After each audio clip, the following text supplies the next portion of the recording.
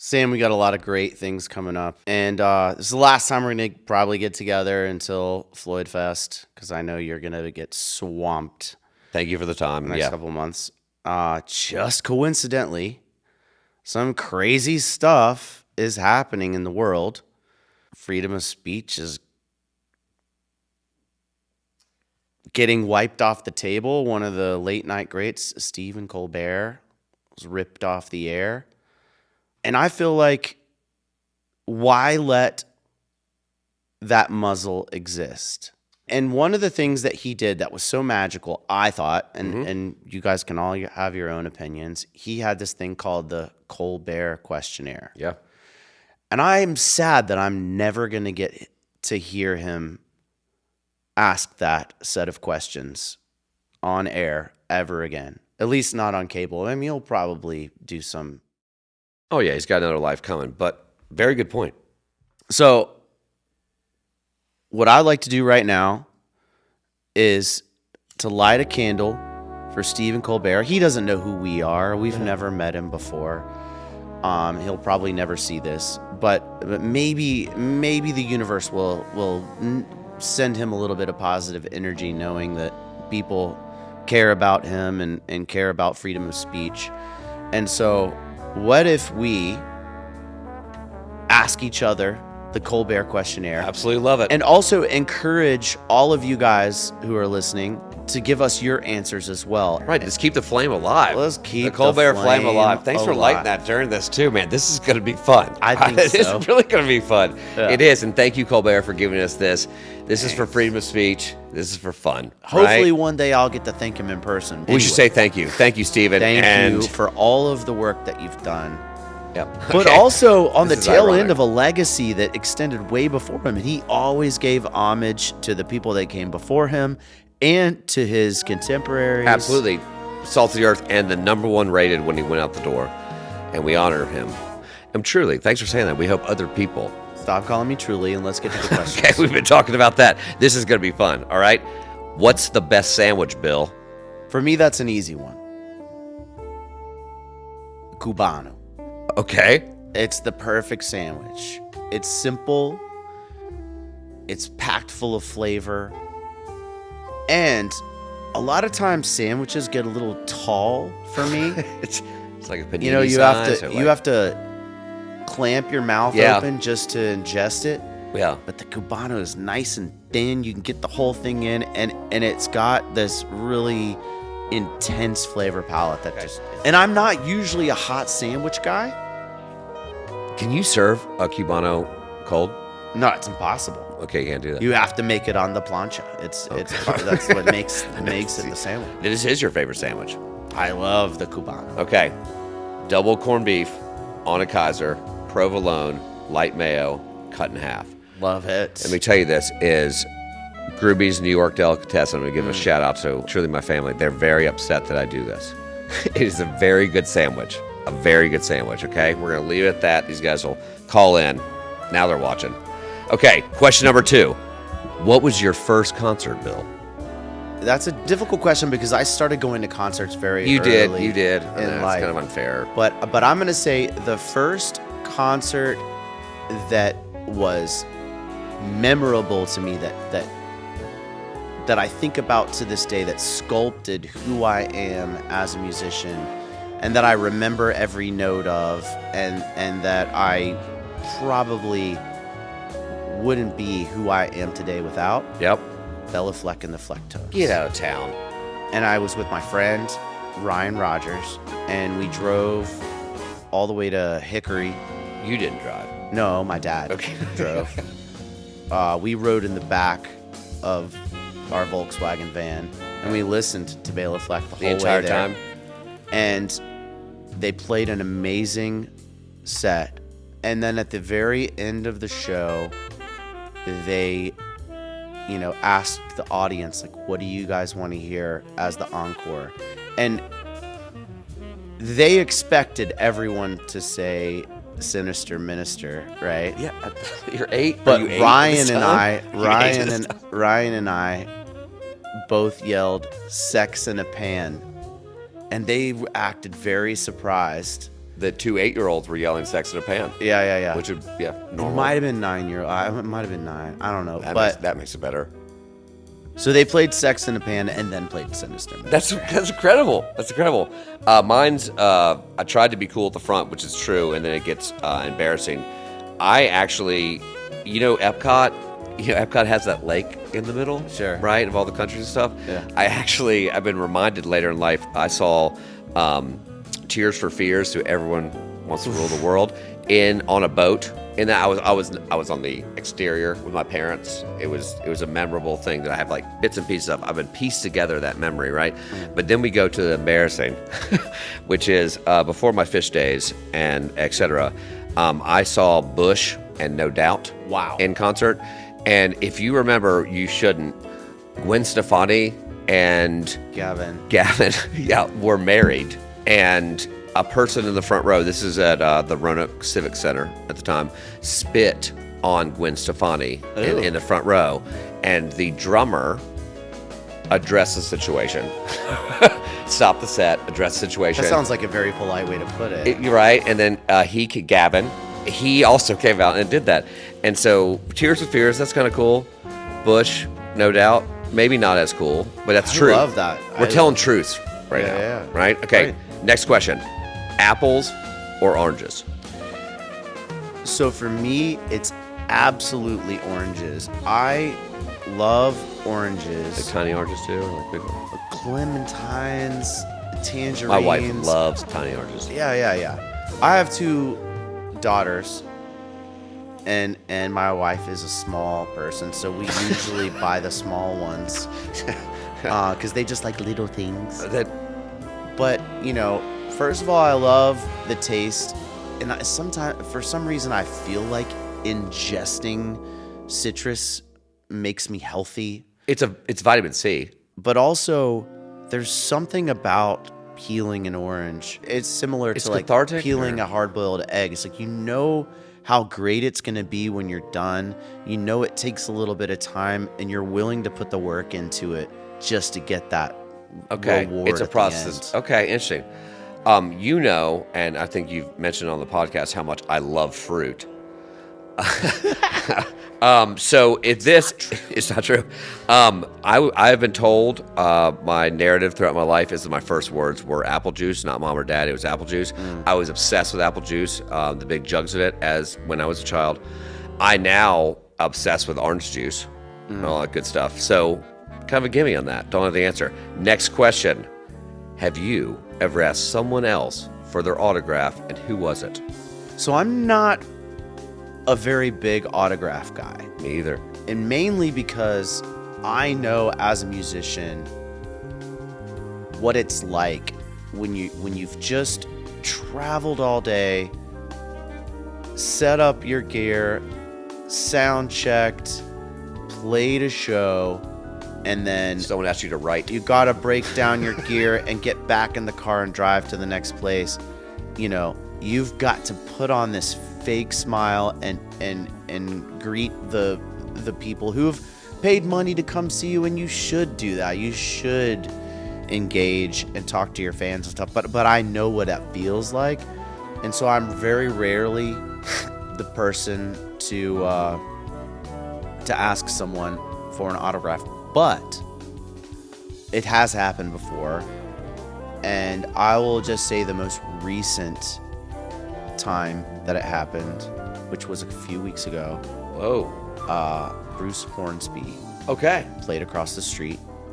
Yeah. Richard Emmett, Yeah. who we're gonna have on the On the podcast. Can't wait to see that.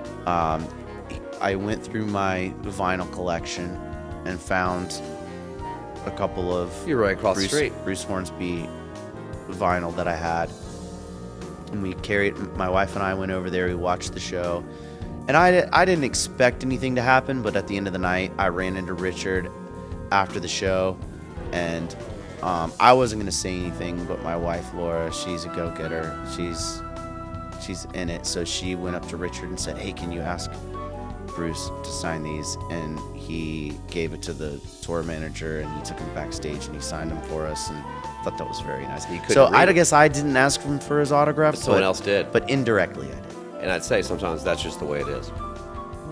That's just the way it is. Yeah. Funny, this is a very tough question. I also I'm not really a fanboy. You wouldn't know that from looking at me. So I don't.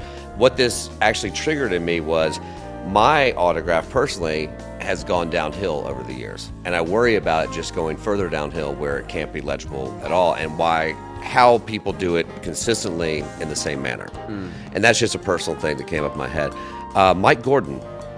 I needed to get on the, let's talk about Boone real quick. There's an iconic print by Blake, I believe it was, who's passed on, that is the fish logo with says Boone in it. And when Mike came recently, it was it's the weirdest experience ever, of course, and he signed it. Great answer, Sam. Man, but why you say that? He is such a cool dude. Just so cool. So cool. And the videos that he makes of him just like walking around nonchalantly and hanging with out. scarves. It's like 110 always with a degrees, scarf. 110 degrees wearing a scarf. His new hip haircut. Always new hip haircut. Almost ageless. He's such a He's always been 40. homie. I mean, like, he seems like the kind of guy you'd kind of want to have lunch with. Absolutely. And also have like an out for the lunch. Yeah, Too yeah, weird. But like in a way, in a complimentary way. Like he's smarter than me. Like he's gonna have some conversations I can't keep up with, which I love. And he's been the same guy. I didn't really know much about him until recently because I'm not a huge internet person, but I just started watching some videos that he posted and just fallen in love with just his personality. Always respected him as a musician, of course. Of course, yeah. But just like looking at him, I like this dude. Huge cat guy. So, Mike, if you're out there, yeah, man. Total respect. We'll take you to lunch. Huge cat guy. I think that's somewhere in. Yeah, we'll get back to that. But huge cat guy. This is a big one coming up. The next question is, what do you think happens when you die, Bill? Yeah, this is a heavy one. Yep. My scientific brain says that matter can never be created nor destroyed. And so I feel like everything comes from something, and then, I feel like nothing can cease to exist. Energy is energy. Nothing comes from nothing. So I feel like it's impossible to think that a light switch turns off and all of a sudden, lights out. Yep. So I know that whatever energy is inside of me, whatever momentum that I have, and the older I get, gets less and less. It's gotta be there. Eventually gets transferred to something else. What that something else is, I feel like none of us know. I feel like there's been a lot of great and amazing, intelligent people that have given us examples of what that could be. And I love hearing the different versions of it. But I also feel like we as humans are incapable of fully understanding what that is. And there's actually a guy, Bo Lozoff, who wrote this parable that I've always loved. There's this prince in a far-off country who's never seen an elephant. And he sends his 3 wisest advisors out into the world to find an elephant, figure out what it's all about, and come back and give him a report. These 3 wisest advisors just happen to be blind. So the first guy goes and he feels around on the elephant, he feels around at the tail. And then the second guy feels around at the ears. And the third guy feels around at the tusks. And so they all come back with different reports of what that elephant is. And none of them are wrong. But if they'd all put their reports together, they might be more accurate as to what the elephant is. And so I think that, anytime people argue about what the afterlife is, or what God is, or what love is, or what light is, or whatever, it's just the fact that those are things that we can't possibly understand. And we've tried, and maybe if we all came together we would be able to put together a better interpretation of what it is. But I do know that energy cannot be destroyed. Great North So Storm. something happens. That's a very good answer, Bill. That's a very good answer. That's But now I'm like, Bo kinda- Lozov's answer. It's not mine. Okay. I'm going to be kind of short, and I think that death and loss makes us stronger in the life we live right now. You've lost your mother. I've lost my mother. I can speak about the rest of my relatives. All I know is that when I die, I'm going to be back with her, and all I know is that she gives us strength right now. And I think it's one of the stronger things, and I hope that our listeners know that you have people that make you stronger when they leave you. And that's all I know. And it goes back to, I don't believe any of us are God. I think a lot of our prejudice in this life rests in the fact that we feel that we are God, and then we can judge others because we know as much, and none of us do know. And we can know that we'll be back together with our people we love when we go. So that's, thank God, that's a middle question. Okay. Next question up. What's your favorite action movie? Bill? Die Hard. Do you believe it's a Christmas movie? It is, Okay, you do. Absolutely. Okay, you're with me? Okay, it is. That's a good answer. but not my favorite Christmas movie. What's your favorite Christmas movie? Gremlins. Absolutely. That's kind of tangible.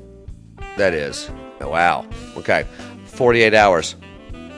Nick Nolte, Eddie Murphy. There's a new sheriff in town. Yeah. That movie is gritty.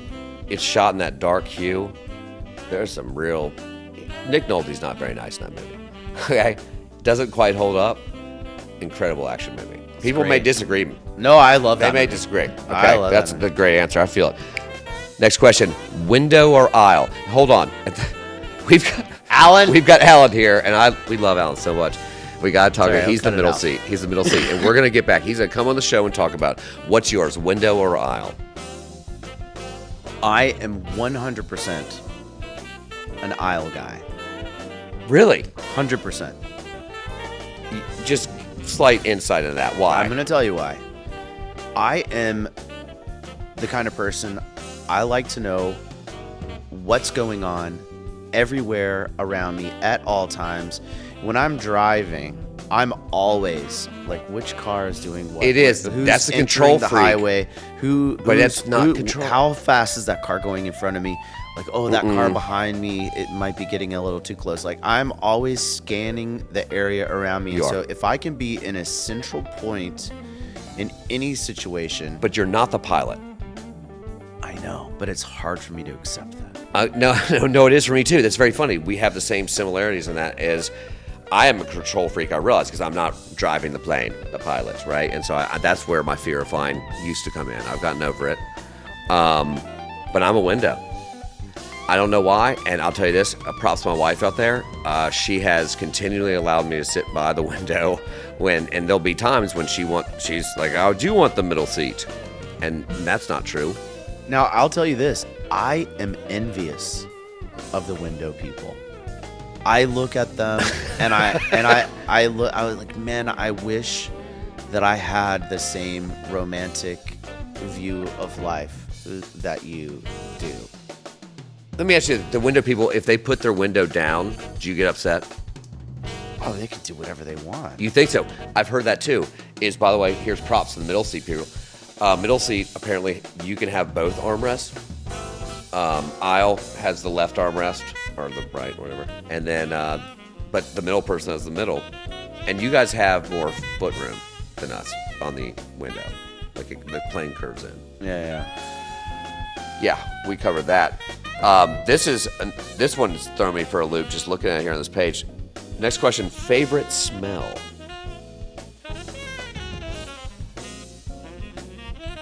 My grandmother's perfume. Interesting. Leave it at that. I don't really have this. This hit me there. I do like this. I have not always in my life been an early riser, but an early riser outdoors with fog and grass and the Appalachian Mountains, whatever that smell is. Feel like I do also love that smell. yeah, I don't know what that is. I think it's an amalgamation of smells. The next question is your least favorite smell. So here's the thing.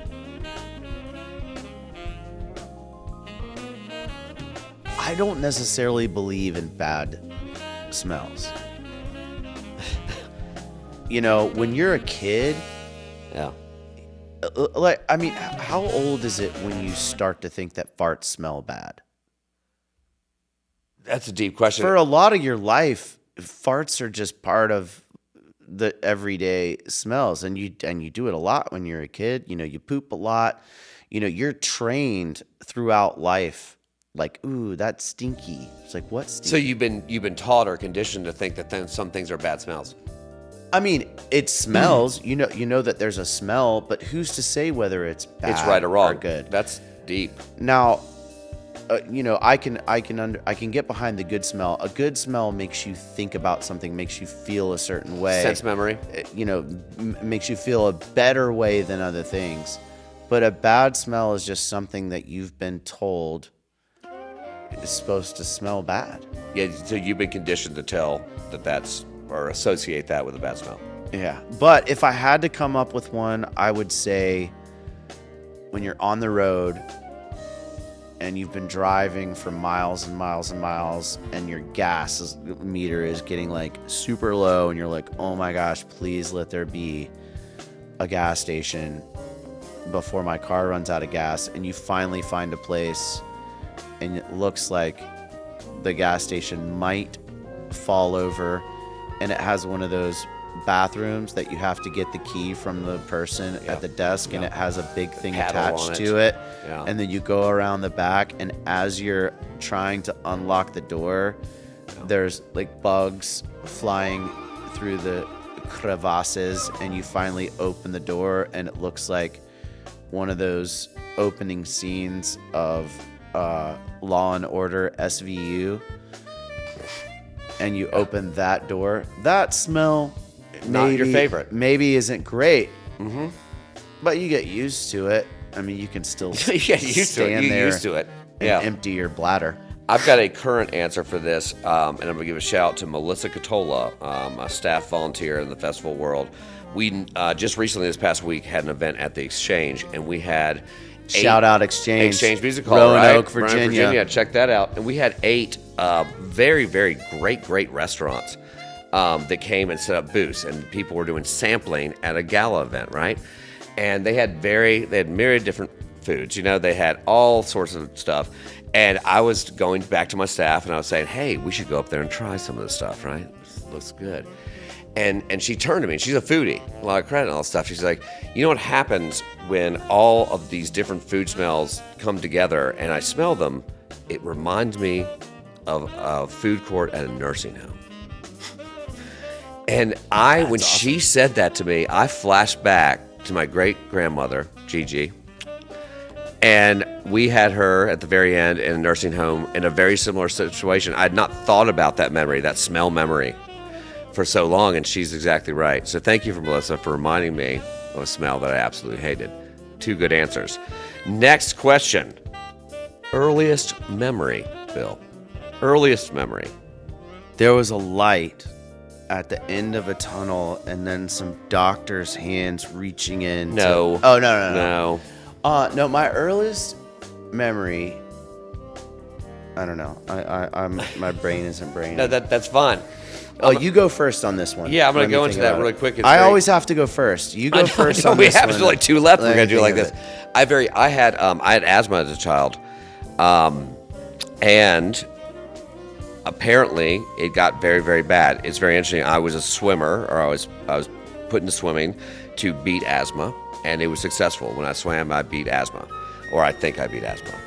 And I had an asthma attack at some point, and a lot of this is tangential memories and, like told memories. But I was close to asphyxiating. I was close to going out, and the ambulance was called to our home, which was far out in the woods and the hills of Salem, Virginia at that time. And for some reason, I have these glimpses of, we had my grandfather, who was ended his days in Sanibel Island, Florida. He made stained glass. He was an artist. And he made this linear piece of stained glass that my mom and my father put into the side of our door. And I remember being propped up by that stained glass and looking out and seeing the lights of the ambulance come up our mountain driveway, and having an asthma attack. And it's very odd that I have those tangible memories of that. The next thing I'll say, though, and I conflate these or convolute these in the same thing, is I always remember sleeping on my mother's stomach when we were out when she was visiting friends. I was just tired. The adults were adulting, and I was a kid. And I remember, and I love this memory I hold dear, is I would be laying down as she was sitting on her stomach, and I could hear her voice reverberate within her body. And I always remember what her voice sounded like within her body, her diaphragm, right? And all that stuff. And that's one of my earliest memories that I carry with me. So it's weird what we know and don't know. And maybe you say it like it's wild. I think there's a lot of things that I make up that I think are my first memories. And I don't think we know. And I don't think that's a bad thing. Well, I now remember my first memory. And I've thought about this many times. My first memory, absolutely, very clearly, and I've dreamt about it. I think about it. So the day that my sister Katie was born, Okay.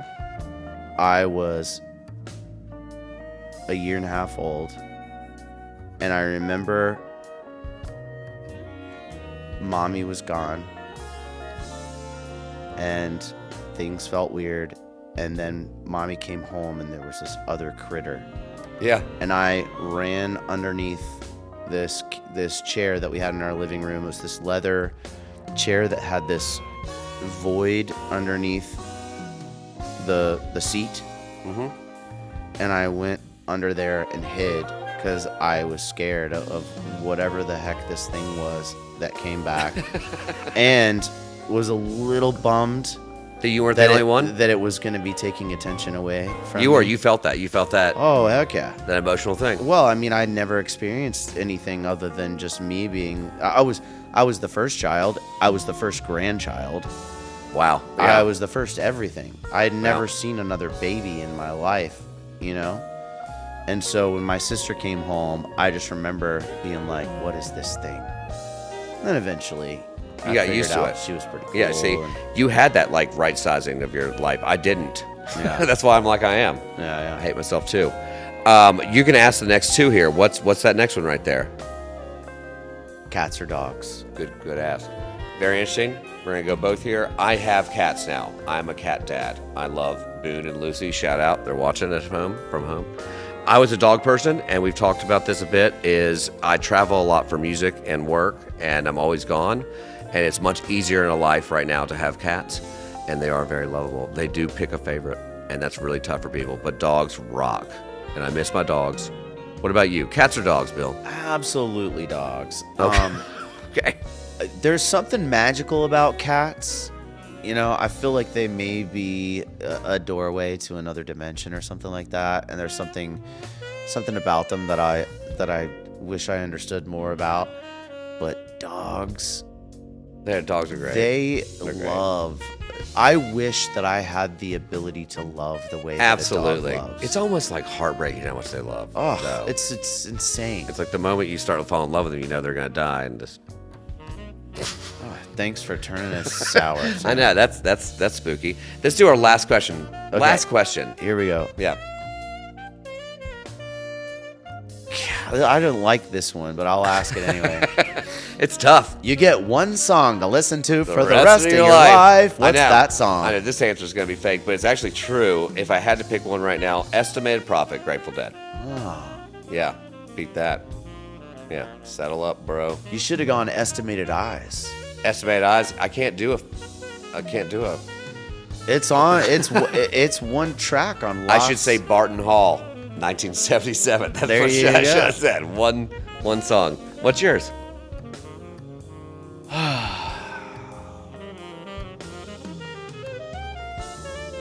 See, this question doesn't work for me. It doesn't matter. It's the rules. Because I have every song. I know it's the rules. playing in There my might be head people he all the asks. time. I don't. Colbert has ever- asked every different type of person this. You're a different type of person. But if there was one song playing constantly. You would hate it for the rest of your life. You would go insane. Okay, so let me try to think of a song that if it was playing constantly for the rest of my life, I wouldn't get annoyed by. It's not Toto's Africa. I'll give you that hint. Thank you. I'll mark that one off Yeah, the that's- list. Felt that was coming. I think maybe Lush Life. John Coltrane. Okay. Johnny okay. Hartman. I don't think I could ever get tired of that song. It's not like what's the first song you would want to choose to listen to. It's the last. It's just a song that I don't think I could. Or either that or Goodbye Pork Pie Hat. You There's gotta pick something, one, man. something mellow and the changes in those songs are so crazy. I feel like I can never fully understand the song. I could always learn from it. I use ambient fan noise to go to sleep sometimes off Spotify. I think I'm gonna change my answer. Is it fan noise? Box fan noise? I think I'm gonna go with Le Sacre de Printemps by Igor Stravinsky.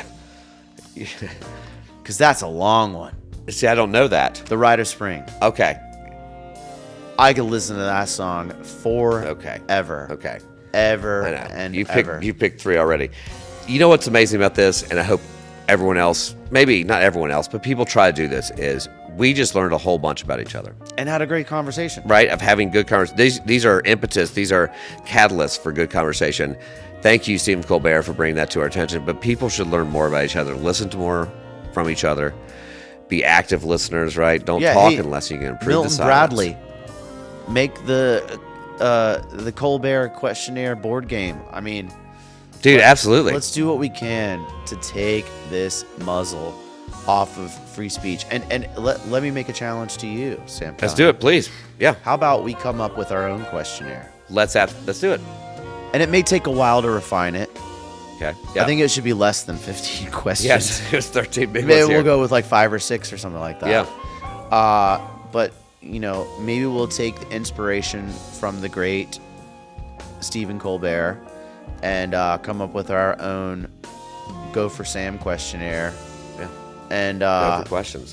But also, and you know, it's pretentious of us to think that a zillion people will see this, but the people that do, maybe we can all do our best. A ripple makes a wave. A ripple makes a wave. Yeah, man. Let's just try to. And thank you for having this conversation with me, Bill. Thank you, Sam. I know it's good. We don't often get to interview each other. We get to interview wonderful, wonderful people. And by the way, more of that's coming up very soon. And I can't wait to share the conversations we're soon to have, the questions we're soon to ask with these people that we're blessed to share an orbit with. So thank you, Bill. Thank you. Hey, man. Go for Bill. Go for Sam. Go for Sam. We'll be back.